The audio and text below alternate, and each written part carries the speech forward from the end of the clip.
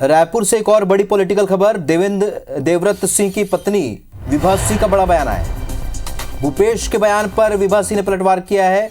उन्होंने कहा, आपको बता दें, भूपेश बघेल ने कहा था कि मैं नहीं जानता विभा सिंह कौन है, और भूपेश के बयान पर अब देवव्रत की पत्नी ने विभा सिंह ने कहा है कि भूपेश बघेल हमारी शादी के रिसेप्शन में आए थे। भूपेश जेल में बंद सौम्या चौरसिया को भी शायद भूल गए होंगे। वोट पाने भूपेश बघेल पद्मा को देवव्रत की पत्नी बता रहे हैं।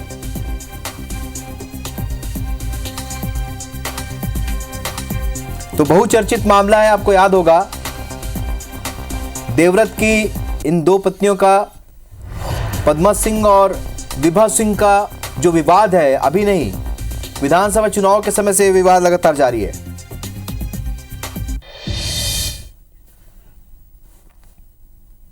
आप जो है देवव्रत सिंह के नाम पर वोट मांग रहे हैं, उनकी पत्नी ने आरोप लगाया पद्मा देवी के नाम। पद्मा देवी कल परसों मेरे साथ घूम रही थी दिन भर। विभा सिंह ने आरोप ये लगाया। कौन है भाई, मैं नहीं जानता। वो अभी वर्तमान में उनकी पत्नी है। पद्मा सिंह तो तलाक हो चुके हैं। हाँ जी ठीक है, वर्तमान में जो पत्नी है वो आरोप लगाया। देवव्रत सिंह जी जिसको तलाक दे करके और दूसरी शादी कर चुके थे, और शायद मुझे जहां तक याद है भूपेश बघेल जी हमारी शादी में बकायदा रिसेप्शन अटेंड किए थे, और उसके बाद भी वो भूल रहे हैं इस चीज़ को कि मैं कौन हूँ। उनकी ओएसडी थी जो अभी जेल में है, वो उतने चीज़ों में वो उनका इन्वॉल्वमेंट था, उनको भी भूल चुके होंगे, शायद वो सभी को भूल चुके हैं। तो इस विषय पर चर्चा के लिए हमारे साथ इस वक्त दो खास मेहमान जुड़े। राजीव चक्रवर्ती बीजेपी के प्रवक्ता इस वक्त फोन लाइन पर जुड़े हैं। धनंजय सिंह ठाकुर जी भी कांग्रेस के प्रवक्ता हमारे साथ फोन लाइन पर जुड़ चुके हैं। आप दोनों का स्वागत है। राजीव जी, पहला सवाल आपसे, एक मुख्यमंत्री की जो इन्वॉल्वमेंट है, हम लोग विधानसभा चुनाव से देख रहे हैं, ये विवाद लगातार चला आ रहा है, इसे आप किस तरीके से देखते हैं? हालांकि विभा सिंह कह रही है कि भूपेश बघेल तो उनकी शादी में आए थे, फिर वो कैसे कह रहे हैं कि नहीं जानते? हाँ, ये देखिए ऐसी होता है। कांग्रेस पार्टी के लोग व्यक्ति और किसी परिवार का उपयोग करने के बाद उन्हें भूल जाते हैं। ये बहुत पुरानी आदत है। ज्योतिरादित्य सिंधिया को भी नहीं पहचानते थे, और तमाम लोग जब कांग्रेस पार्टी छोड़ देते हैं, उनके काम के नहीं होते हैं, तो उन्हें कहते हैं हम इनको पहचानते नहीं हैं। तो ये पहचान दिलाने के लिए जनता आई है इस मैदान में, और जनता याद दिला देती है। वही कांग्रेस पार्टी जिसके 415 सीटें थी, 55 सीट पर इसीलिए आ गई है कि कभी कभी वो देश की जनता को भी भूल जाती है। तो ये जो विवाद है ये बहुत दुखद है। एक परिवार के इसमें इन्वॉल्वमेंट होकर पूर्व मुख्यमंत्री जी कहते हैं कि हम इन्हें पहचानते हैं। ऐसा नहीं होना चाहिए। किसी परिवार की जो उसकी प्राइवेसी रहनी चाहिए, लेकिन ये प्राइवेसी को भी चुनाव लाभ के ये लोग तोड़ रहे हैं। बहुत दुखद है। और भारतीय जनता पार्टी तो महिलाओं का सम्मान करती है, महिलाओं के आदर्श के लिए नारी सम्मान योजना लाती है। तो ये तमाम बातें हैं, लेकिन राजघराने की ये जो लड़ाई है उसे इस प्रकार से उन्होंने सार्वजनिक किया, ये बहुत दुखद है।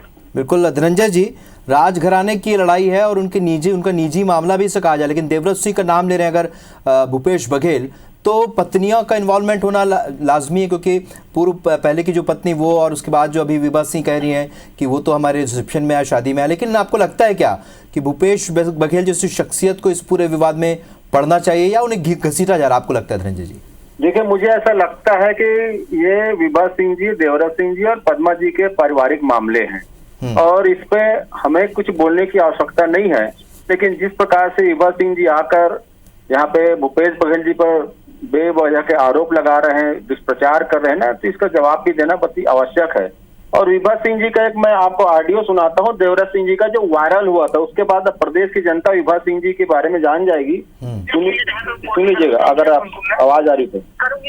उसके पहले तलाक होना चाहिए। तलाक ले लो, बिल्कुल हम तो तलाक के तैयार बैठे हुए हैं। तो मेरी शर्त ये सब जानते हैं,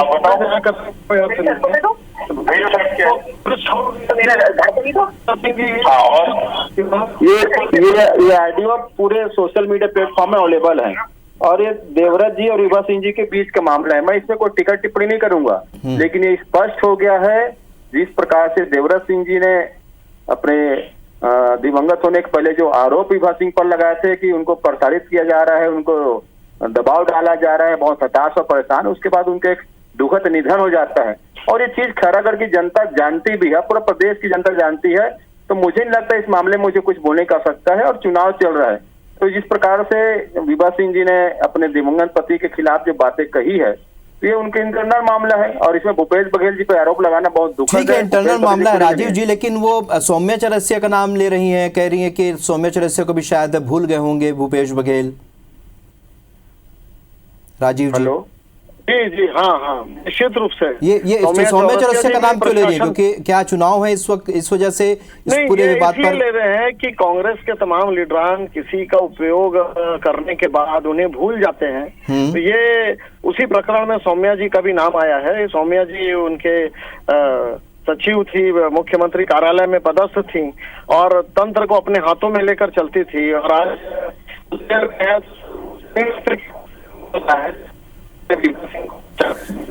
ठीक है, आवाज आपकी कट रही है राजीव जी। धनंजय जी रिसेप्शन में पहुंचे थे, रिसेप्शन में वो आए थे, कार्यक्रम में शामिल हुए थे, ये तमाम बातें अगर विभा सिंह कह रही तो इन्वॉल्वमेंट तो है ना, मुख्यमंत्री तो जानते हैं, पहचानते हैं ना धनंजय जी उनको? भाई आप भी किसी के शादी के निमंत्रण में जाते हैं, मैं भी जाता हूँ, निमंत्रण मिलेगा, स्वाभाविक बात है किसी शादी में जाना, पर उनके क्या पारिवारिक मामले में कैसे इन्वॉल्वमेंट हो जाएगा? भाई उस पत्नी और पत्नी के बीच में अगर कोई विवाद होता है, उसमें जो बारात में शामिल हुए, जो उसके रिसेप्शन में शामिल हो, कैसे जिम्मेदार हो जाएंगे? ये चीजें तो बहुत हास्यास्पद है ना भाई। पूरा हर कोई जाता है अपने सामाजिक जिम्मेदारी निर्वहन करता है। ठीक है भाई कैसे जाएगा भाई? ये तो भारतीय जनता पार्टी साल चुनावी है, लोकसभा चुनाव की तैयारी में सभी पार्टियां जुटी हैं, तो जाहिर सी बात है जो विवाद है इस तरीके से इनको हवा मिलती है और एक बार फिर बयानबाजी का दौर शुरू हो जाता है। बहुत बहुत शुक्रिया दोनों का, आप दोनों का जुड़ने के लिए।